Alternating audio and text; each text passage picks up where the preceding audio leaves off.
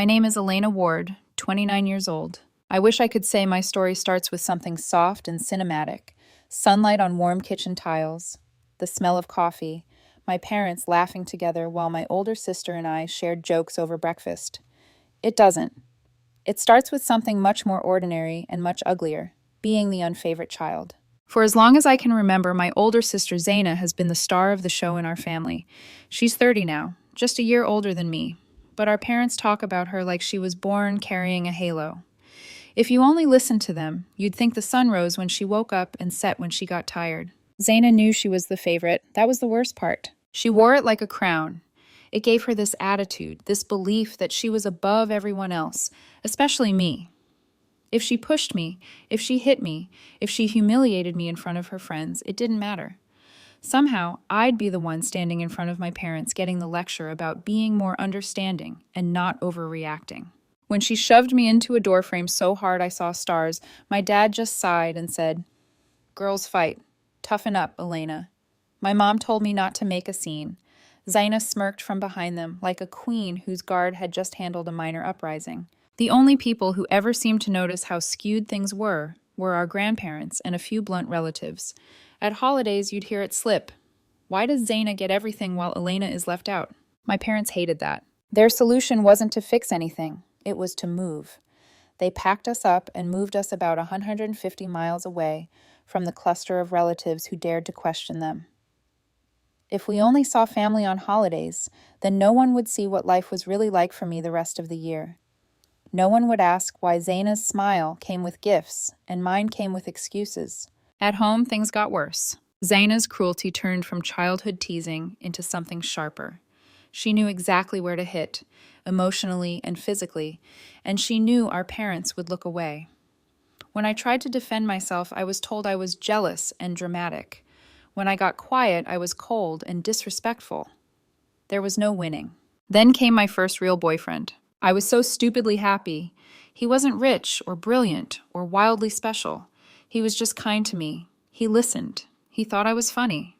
For the first time, I saw myself reflected in someone's eyes as something other than second best. Zayna noticed. One evening, he came over for dinner. My parents were thrilled to finally have a guest that wasn't one of Zayna's friends, so of course they turned up the charm for her. She floated around the table, laughing too loudly at his jokes, leaning in too close, brushing his arm when she passed plates. I watched him shrink into his chair. Later, he told me he felt uncomfortable, that Zayna kept asking him personal questions, kept touching his shoulder, kept making little comments about how Elena gets weirdly intense sometimes. I confronted her. She rolled her eyes and said, "If your relationship can't survive a bit of conversation, maybe he's not that into you." A week later, he broke up with me. I went to my parents for support, eyes swollen, voice shaking. My mom laughed and said, "You're young. You'll get over it." My dad added, "Don't be so sensitive, Elena. There will be other guys." Not one of them asked what part Zayna had played in it. That was the pattern. Family vacations? My parents would take Zayna on trips and leave me behind with some excuse about money. "We can't afford another ticket. We'll take you next time." Next time never came. I'd spend those days at my grandparents' place, trying not to feel like luggage that had been deliberately left behind. When I turned 16, I passed my driver's test on the first try. It felt like one small win in a life where I rarely got any. I was working part-time at a fast food place, smelling like fries and grease most nights, squirreling away what I could. I asked my parents if they could help me get a used car if I paid them back slowly, like a little loan. They said no. "We just can't do that right now, Elena." A few months later, Zayna finally passed her driving test after what felt like endless failed attempts. Within days, my parents bought her a car. No questions, no repayment plan, no lectures about money. I remember standing in the driveway watching her sit behind the wheel, shrieking with excitement, my dad grinning like he'd just given her the world. My mom cried happy tears. I just stood there, hands in my pockets, telling myself not to cry. When I turned 18, after months of pleading and being brushed off, my parents finally agreed to get me a car. I should have known there was a catch. By then, Zayna had decided hers was too old, so they gave me her old car and bought her a brand new one. I told myself to be grateful. At least I had something to drive. At least I wasn't taking the bus anymore. But there was this ache in my chest that never quite went away, the feeling that I was always being fed scraps while Zayna feasted. The double standards didn't stop there. When Zayna graduated high school, my parents treated it like she'd just won a Nobel Prize. Party, decorations, relatives invited, speeches about how proud they were. When it was my turn, my mom showed up late, even though she'd been at home all day. My dad didn't show up at all. At dinner that night, I tried to talk about how hurt I was. My dad shrugged. Graduating high school isn't a big deal, Elena. You're supposed to do that. Later, Zayna sent me a message. You do realize Mom and Dad don't love you the way they love me, right? You can stop trying so hard. That night, I cried myself to sleep and something inside me hardened. A few months later, I moved out. I packed my clothes, my books, my frustration, and left. You'd think my parents would be worried, or at least sad. Instead, it felt like they were relieved. One less expense, one less mouth, one less problem. From then on, I was just another relative, someone they saw on holidays, someone they could talk about in passing. Oh, Elena, she's doing her own thing now. I worked full-time, clawed my way through college on scholarships and cheap instant noodles. Not a single cent came from them. It was brutal, but it taught me something valuable. If I waited for my parents to invest in me, I'd die waiting. I graduated. They said the drive to my college was too far and too much hassle. I didn't bother arguing. I took the pictures, posted them, smiled my brightest smile, and quietly noted who actually showed up for me. After college, I got lucky. I landed a good job back near my hometown. The pay was solid, and for the first time, I felt like my life was not just surviving, but building toward something. I had savings, plans, a future. Meanwhile, Zayna's story went differently. She didn't finish university. Too many nights partying, too many bad decisions. My parents supported every stumble, of course. She got into day trading, buying and selling on her laptop with money our parents handed her every month. At first, she bragged nonstop about her profits. Then came the inevitable crash. One big bad trade, and all that money vanished. I expected our parents to finally wake up. They didn't. They called it a learning experience and gently nudged her toward finding a more stable job. I kept my distance. It wasn't my job to fix her life. Then my dad's manufacturing business started falling apart. He'd built it from scratch about 5 years earlier, but his manager, his right-hand person, left for a better offer, and everything started to wobble. Orders got messy, operations got chaotic. My dad was getting older, and the business was too much for him to run alone. Bankruptcy started lurking at the edges of every conversation. He didn't want to hire an outsider. He didn't want to train someone who might leave. So he did something rare. He invited just me and Zayna to lunch.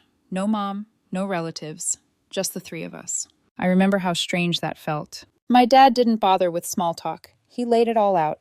The business was in serious trouble. He needed someone he could trust to step in. When he spoke, his eyes kept drifting to Zayna. It was obvious who he wanted to rescue the family legacy. I stayed quiet. Part of me wanted to jump in and offer to help. Another part wanted to see if Zayna would finally step up for something other than herself. She didn't. She laughed, called the business too small, too risky, said leaving her current job for a shaky family company would be career suicide. She practically mocked him for asking. I watched the hurt settle into my dad's shoulders, the disappointment in his eyes, all those years of worshiping her, and she wouldn't even try. Then he turned to me.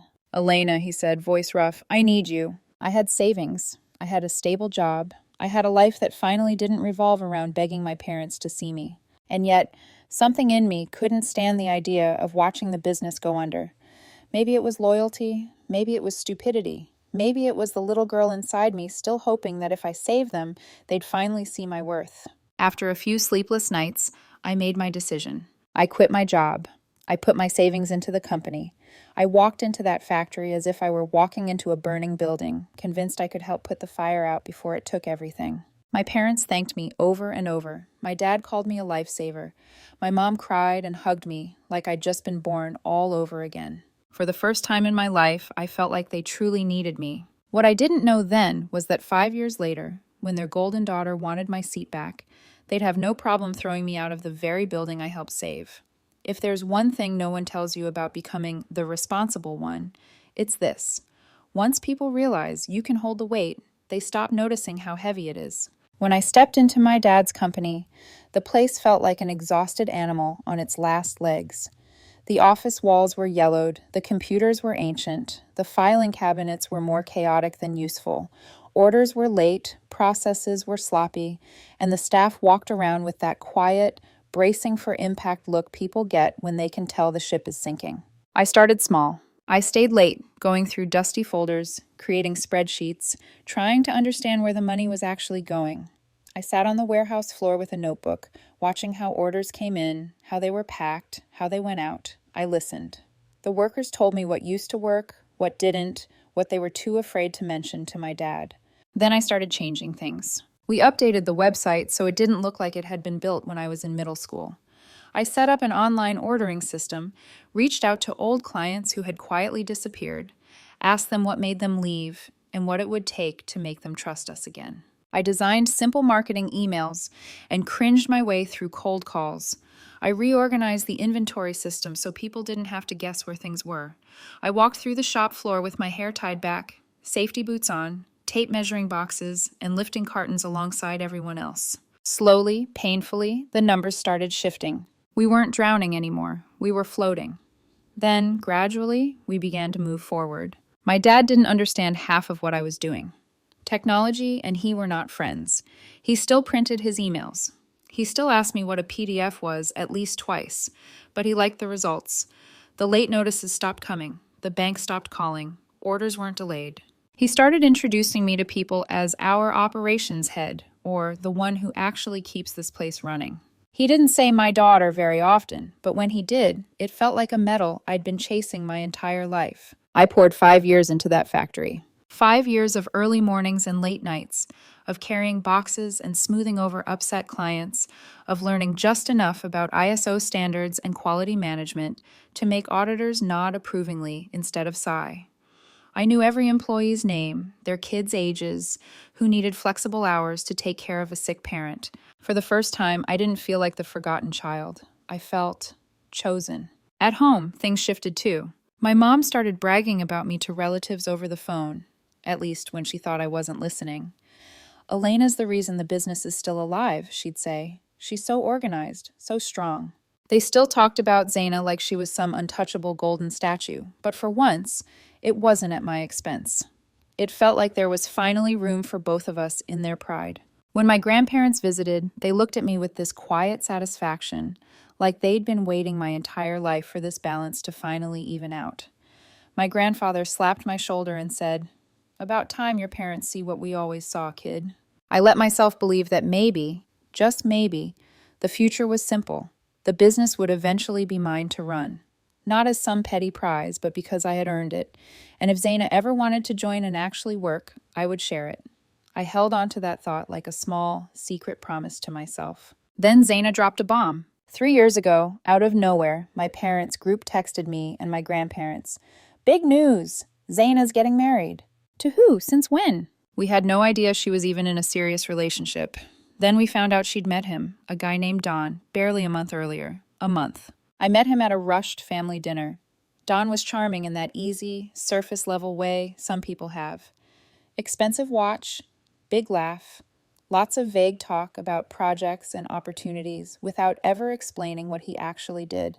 Zayna was infatuated. She clung to his arm, finishing his sentences, laughing too loudly at his jokes. She glowed with a kind of happiness that made me feel like an intruder just looking at it. When we were alone for a second, I tried to be careful. "Are you sure about this? It's fast. You barely know him." She rolled her eyes. "You're jealous, because you're married to the factory and I have an actual life." I wasn't jealous. I was scared for her. But I learned the hard way that you can't drag someone out of a fantasy they're determined to live in.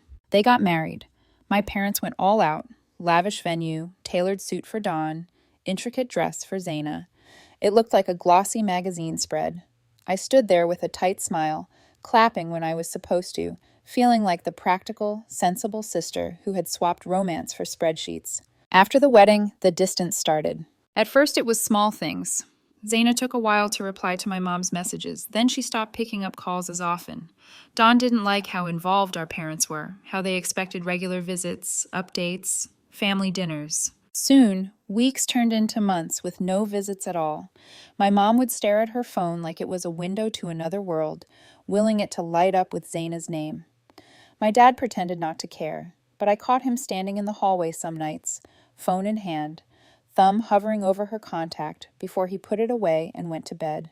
For nearly 2 years, Zayna might as well have disappeared from our daily lives. Then, one day, she came back like a storm front. I was at the office, getting ready for a big client meeting, one that could secure a long-term contract. My dad was supposed to attend. 10 minutes before it started, he was nowhere to be found. I called him, irritated and worried. He picked up, breathless. "Elena, something came up. We'll reschedule, okay?" "We can't reschedule," I said, pacing. "They're already on their way. Where are you?" There was a pause. Then he said almost casually, "Zayna's back. She's home. For good." The room swayed for a second. I swallowed. "And the meeting?" "Elena, we'll talk later. Come to dinner tonight. There's news." He hung up before I could answer. The meeting went on without him. I smiled, negotiated, answered questions, pretended I wasn't wondering what "for good" meant. That evening, I drove to my parents' house with a knot in my stomach. Zayna was already there, sitting at the table like she'd never been gone. She looked tired, thinner, eyes a little hollow beneath perfect makeup. My mother hovered around her, refilling her glass, touching her shoulder, tucking her hair behind her ear like she was 5 years old again. Don wasn't with her. We didn't have to ask why. Eventually, my dad told us.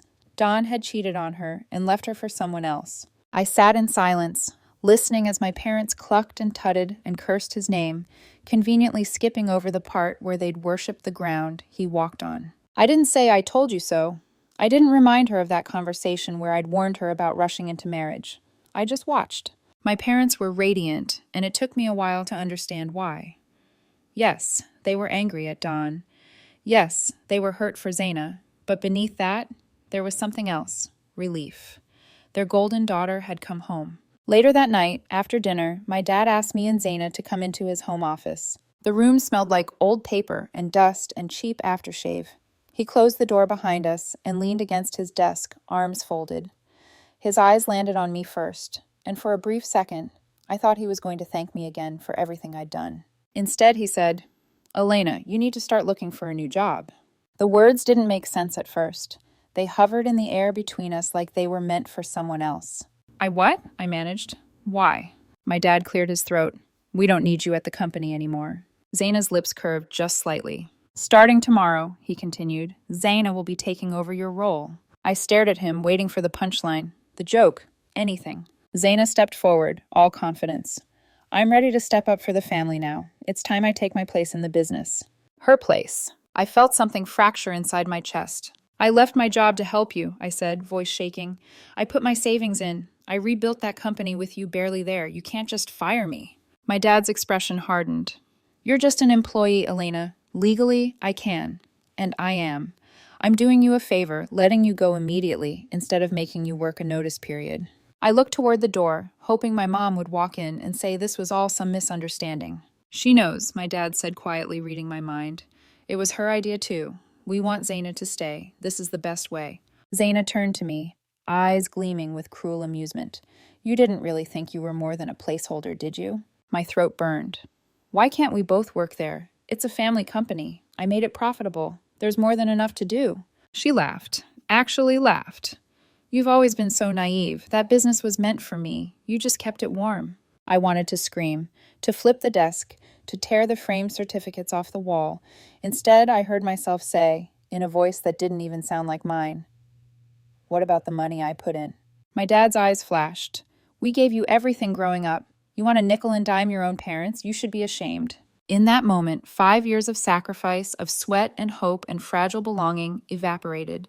I could see it clearly now. Nothing I did would ever outweigh the simple fact that I wasn't Zayna. I walked out of that office feeling like a ghost leaving its own body behind. Behind me, I heard my dad tell Zayna, "Don't worry, it'll all be yours someday." Someday. It was the first time he'd ever said those words out loud, and he wasn't saying them to me.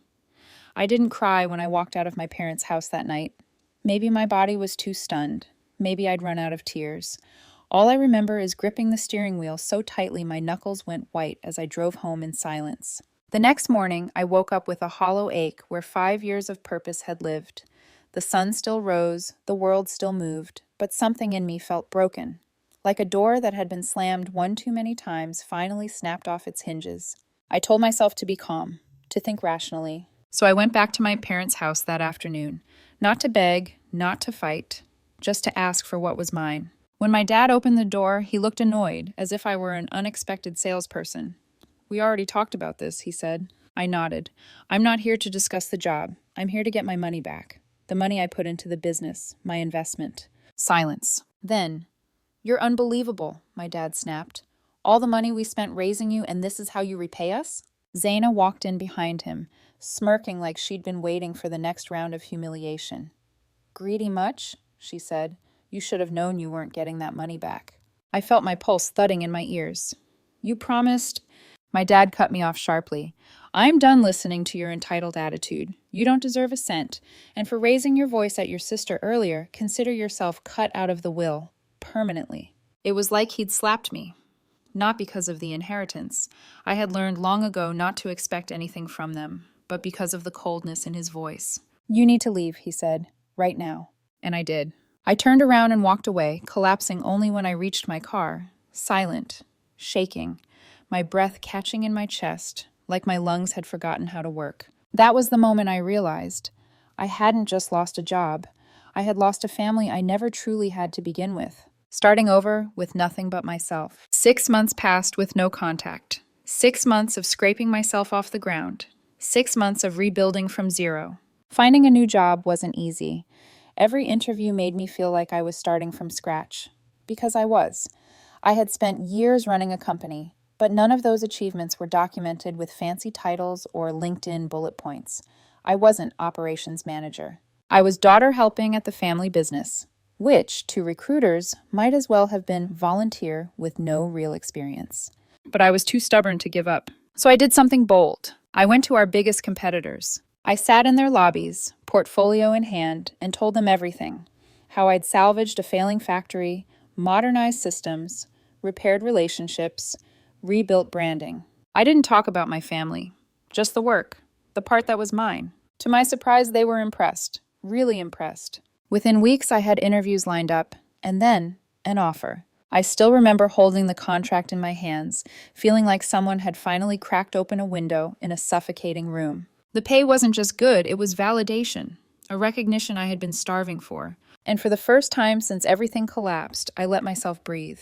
Slowly, life became livable again, then stable, then quietly joyful. I rented a small apartment, bought furniture piece by piece, started cooking again instead of living off takeout and vending machine snacks. I even met someone. His name was Adrian. Thoughtful, patient, a software engineer who made bad puns and good coffee. He had an ex-girlfriend he was upfront about, a long, toxic relationship he had finally escaped, which made both of us cautious, but also comforted, knowing neither of us carried romantic ghosts of the same gender. He didn't love bomb me, didn't rush, didn't compare me to anyone. For once, I wasn't competing with a sister or a shadow. He just liked me, and that was enough. When they came crawling back, it happened last week. My phone buzzed over and over again. Calls, texts, voicemails. At first, I ignored them. I assumed it was some new guilt campaign, a fresh attempt to shame me into crawling back. But they didn't stop. Eventually, curiosity won. I called them back. My mom answered before the first ring even finished. "Oh, thank God," she sobbed. "Elena, we need help.